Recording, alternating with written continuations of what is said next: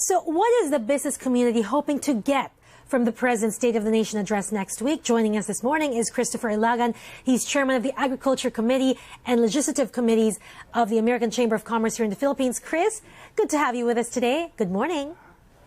Hi, Mimi. Good morning. Nice to be here with you. Great to see you. I think the last time we saw each other was in a coconut event. That was last year. So much has happened since then. So I want to start with the State of the Nation address happening next week. What does the Chamber or your members hope to hear from the President? We remember last year, his address lasted 1 hour, 11 minutes. He talked about inflation was at the forefront of the speech. He talked about the MUP, the pension for the military. He talked about the powerhouse that is the ITBPM. And of course, at that time, he was still the agricultural chief. He also focused on agriculture, which I know is also your passion. So talk to us about what you're expecting or hoping to hear from the President this time around.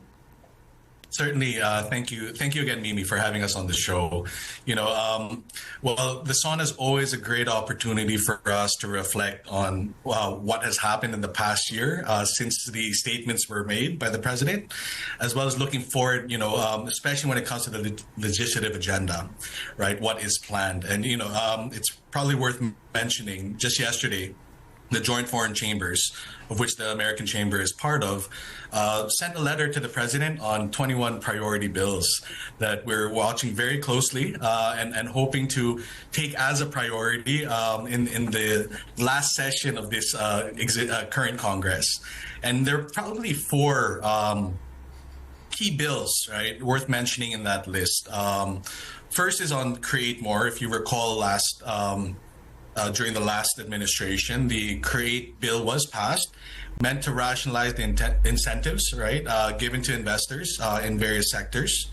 There are proposed amendments currently on the floor, seeking to lower corporate income tax, improving the VAT refund system, making open the possibility of work from home arrangements, which we know has really evolved since the pandemic. Mm-hmm. And we're hoping that, this Create More bill will be among the items discussed during the SONA. Mm-hmm. Another important one that the Joint Foreign Chambers have pushed for is on Konektadong Pinoy, right, or the Open Access Bill, which is really meant to open up the data transmission market, remove market barriers, and ultimately improve internet connectivity. And that obviously has its direct links to the BPO industry, to the creative industries, right? And these are industries that, as a chamber, we have supported all these years.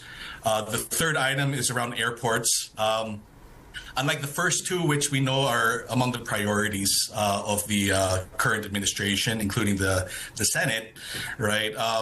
This third one, the airports bill, is one that has been a long-standing advocacy of the Joint Foreign Chambers, including the AmCham, really meant to put structure into the airport sector that will allow the operations and development to be handled by one institution, and then the regulatory aspect to be handled by a separate. In this case, we're hoping that Philippine Airports Authority will be created, and that will focus on the operations and development of airports, which we know is an area that we need to improve on as a country.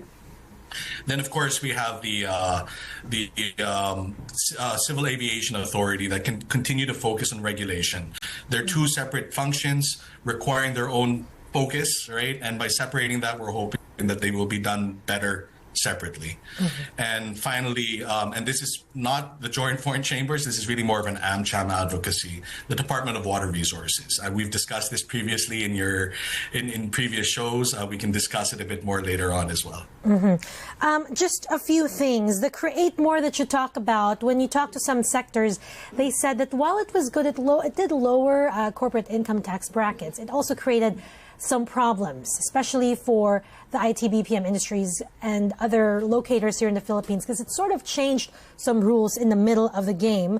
Are you confident that this particular Create More will make it this time?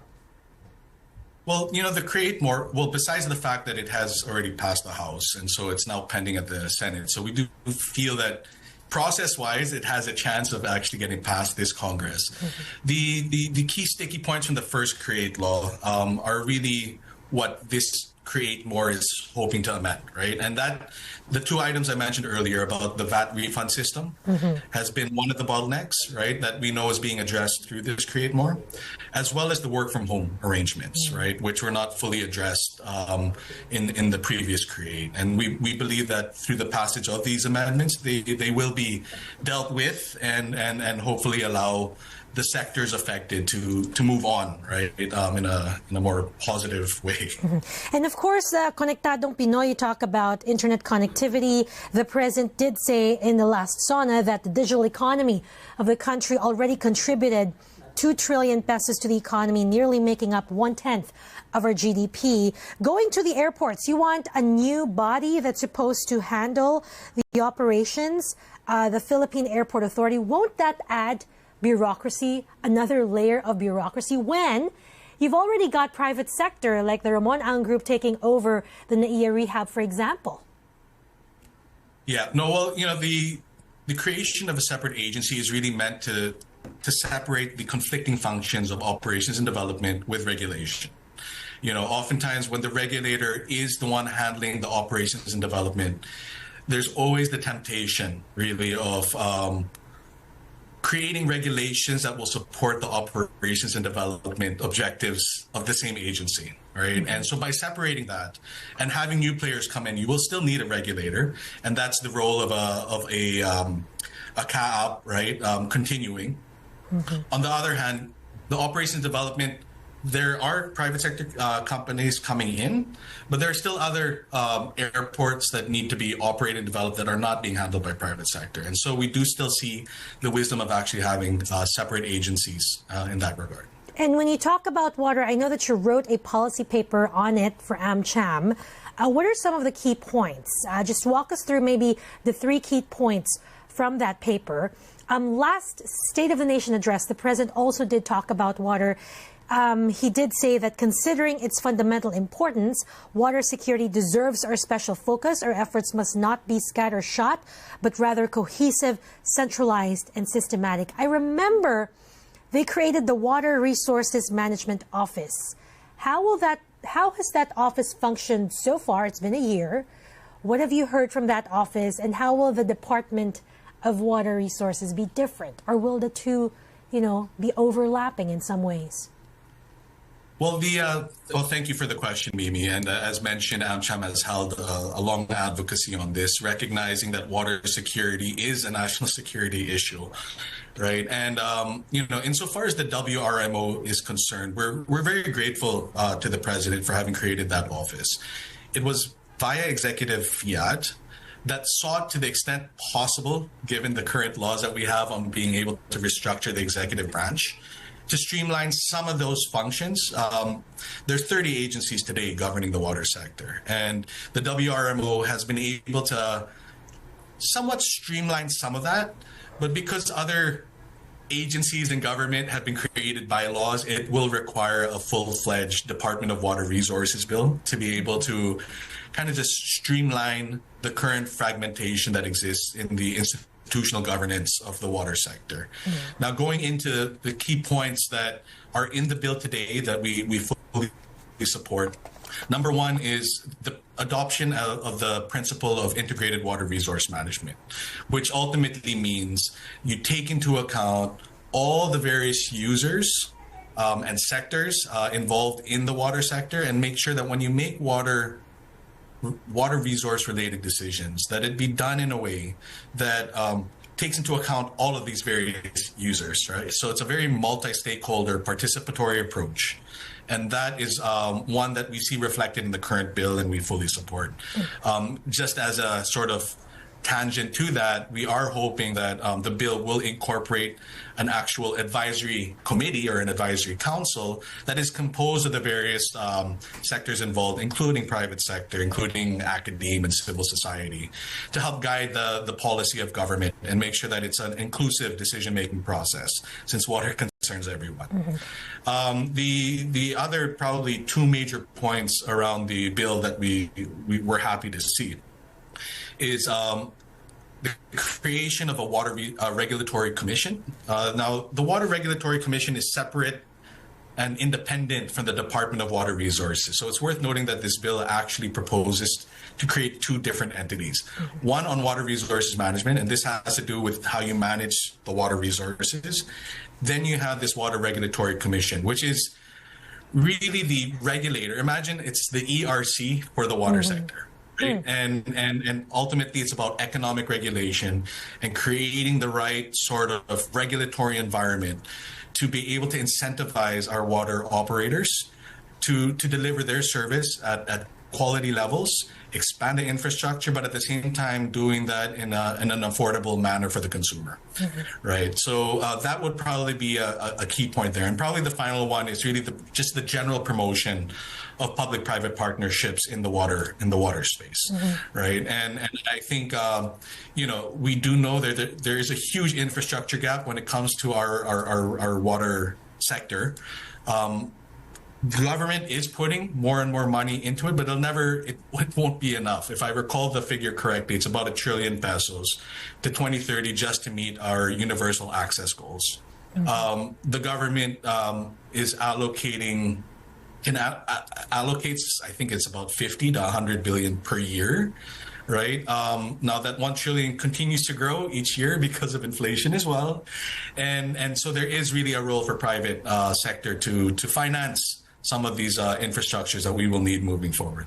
You know, Chris, it's ironic to, think about being a country that is not water secure, about being water insecure, considering we are an archipelago.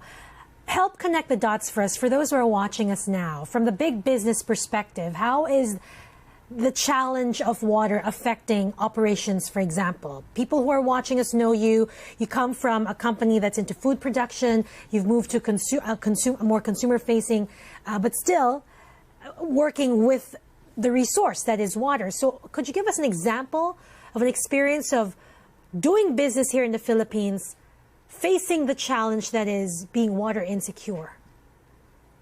Okay, well, interestingly enough, you're right. We're an archipelago. We're surrounded by water.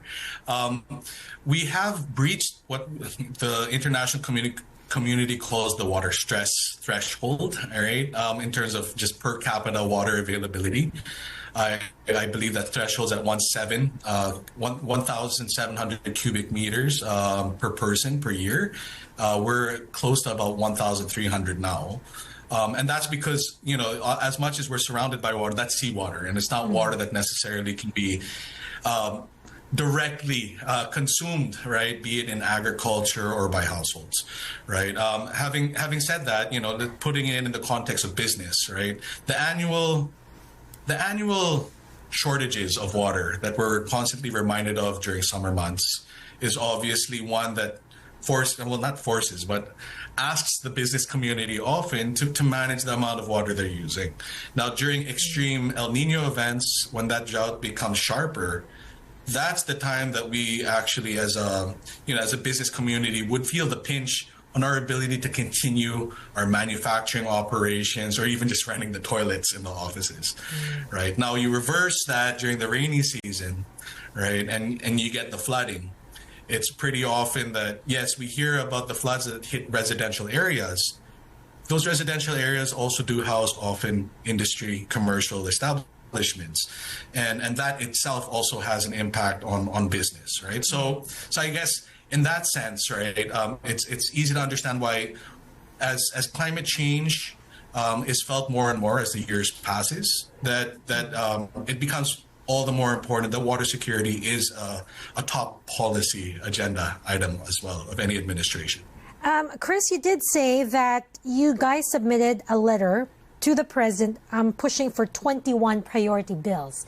You talked about 4 in specifics, but ideally everything gets passed. But realistically speaking, how many out of the 21 are you confident can actually make it this time? Well, I guess part of the reason why we highlighted the 4, besides wanting to push the airports, the other 3. So we're talking about Create More. We're talking about Conectadong Pinoy, as well as the Department of Water Resources, only because it has passed the House of Representatives already, and they're at various stages in the Senate, right? We do understand that Create More, the Open Access Bill, as well as the Department of Water, if I'm not mistaken, is actually on the Senate President's priority list as well. So that gives us hope that at least those three are areas that can be focused on and hopefully passed within this Congress. Chris, I wonder, from the business community's perspective, what is your visibility for the second half of 2024?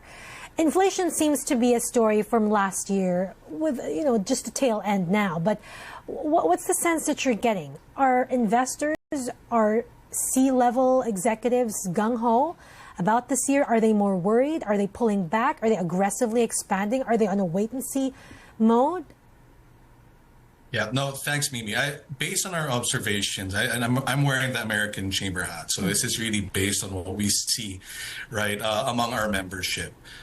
First and foremost, we're coming off some strong economic reforms that just raise the optimism, right, and the positive outlook, right? We're talking about the PSA amendments, the Foreign Investments Act, RTL, PPP code amendments. All of these are just have been received very well by our membership, and we do see inflation coming down this year, which I think just adds to that optimism. GDP growth is actually still among the strongest in the region, right, in Q1, and we see a continuous effort insofar as trying to attract FDI, improving the ease of doing business, and I think that's the reason why in the past actually 2 years, from 2023 to this first quarter of 2024, we've actually seen an expansion of our membership from 600 to 800 now. So we've seen a 33% increase in just, wanting to understand where the opportunities are in the country, and the growth in our membership often does correlate with the general sentiment about the business landscape. And so that tells us that, it looks positive into going into the second half of 2024, right? And it's hoping that we can just build on this momentum that has been built over the past couple of years. But of course, Chris, after talking about the business side of the State of the Nation address, everyone's going to be watching out for the political drama that is unfolding before us. New characters are going to be joining. Some characters are going to be skipping the address. And of course, this is the State of the Nation that's happening. Of course, next year you've got the midterm elections. How do you make sense of the political landscape at this point? At this point, it's still quite early to tell. We're not focused on the political at this point. I mean, we're really hoping that the messages will remain economic, that the focus of the administration will continue to be the socio-economic development of the country, right? And that's where we're looking towards these positive messages, because the world is receiving them. And it would be important that we continue that consistent messaging, not just for our local audience, but the whole diplomatic corps that will be present there as well. And this is regardless of the characters who are going to be there locally and globally. I mean, everybody's bracing for a Trump 2.0 already. Being AmCham, what do you think? At the end, talking about the American Chamber, right? It's always been about just maintaining the deepening of the ties that we've seen, right? Especially on the economic front, regardless of whoever's in power and the way the world moves, right? I think we can always depend on a continued commitment of the American business community, right, to deepen its economic ties, right, with the country. And I think that's really the key message that we're hoping to send forth, regardless of how the political landscape evolves. All right. On that note, Chris, always a pleasure to speak with you. Thank you so much for the insights and for the time. We'll see you soon. Thank you so much, Mimi.